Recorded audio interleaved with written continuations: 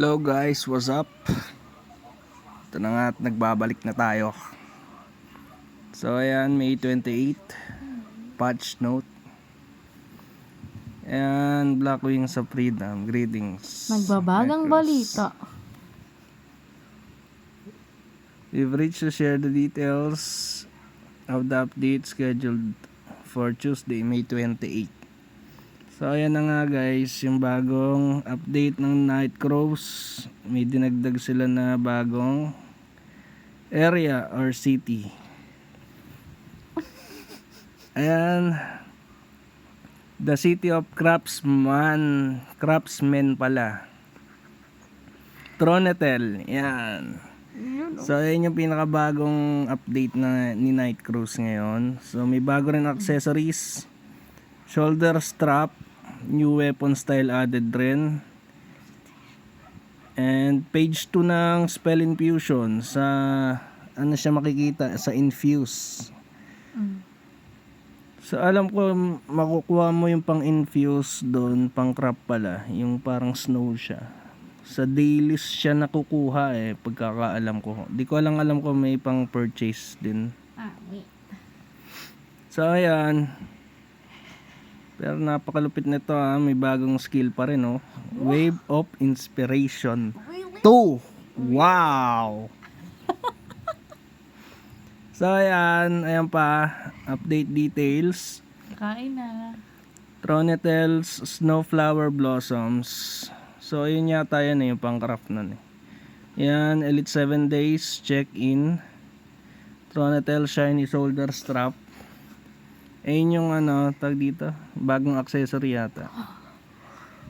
Tapos weapon proficiency training, skill support, hindi ko pa rin alam yung skill support. Weapon style summon and combination order. So parang yung nakaraan nila is mount summon, ngayon naman is weapon style. Sa mga gusto magtalpak dyan, ayan na pagkakataon nyo sa weapon style. Donate nyo na rin yung seeds nyo pag meron kayo. Charot. So ayan, may bagong season pass, crow crafting, gold pass, weapon style pass. Yan. Tapos ito ang fourth new area. Ito na nga yung Tronetel. So ayan, nagdagdag sila. May pang level 50, Delphia Road, Delphia Mines, level 52, and so on. So, ano pa meron? Yan, may bagong quest, main quest, extra quest. Yan, sa mga gusto magpa-level, rush level dyan. So, ayan, may makukuha pa kayong Embers of the Escape Hetens. Yan. Yan, may bagong ding sub-quest, achievements. Palagay ko nagdagdag sila dito ng codex, for sure. Yan, mag-farm lang kayo doon. Sigurado malaki benta ng mga items niyan sa umpisa.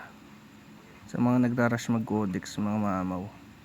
Ayan, new accessory, shoulder strap. Ayan, tradable, can be obtained in the field. Ayan, pwede mo rin pala siyang makraft. Ang material niya is, yan, yung parang wood yata yun. Yan, tapos rare grade shoulder straps are divided into 3 times. Okay. Yung rare shoulder strap daw na craft siya sa discipline, escalation, and wisdom. 32 new types of weapons sila added, 2 new epic weapons and 2 new nagdagdag sila ng epic weapon style tsaka dalawang legendary weapon. Matindi to So ayan, quantity owned, legendary. Nagdagdag din sila ng codex. Okay. So second page, spell infusion. Ayun nga yung spell, Starlight Crystal. Ayan, makakrap mo siya sa pamamagitan ng Snowflower Blossom, 10 pieces tsaka 5k gold. Yan, unlock, level 45 mo pala siya ma-unlock. Yan yung infusion material. Okay. Sa 2 is level 48 kailangan mo. So ayan na yung new skill, Wave of Inspiration, Specialized Craft. Okay. Source of Growth 150, Morion 100, 10M gold. So ang laki nun ah. So ayan, nag-fix din sila ng mga bugs.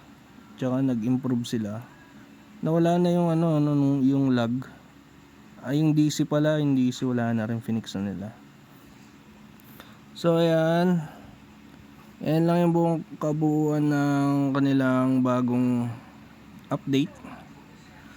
So next video ipapakita natin yung Tronitel. Okay.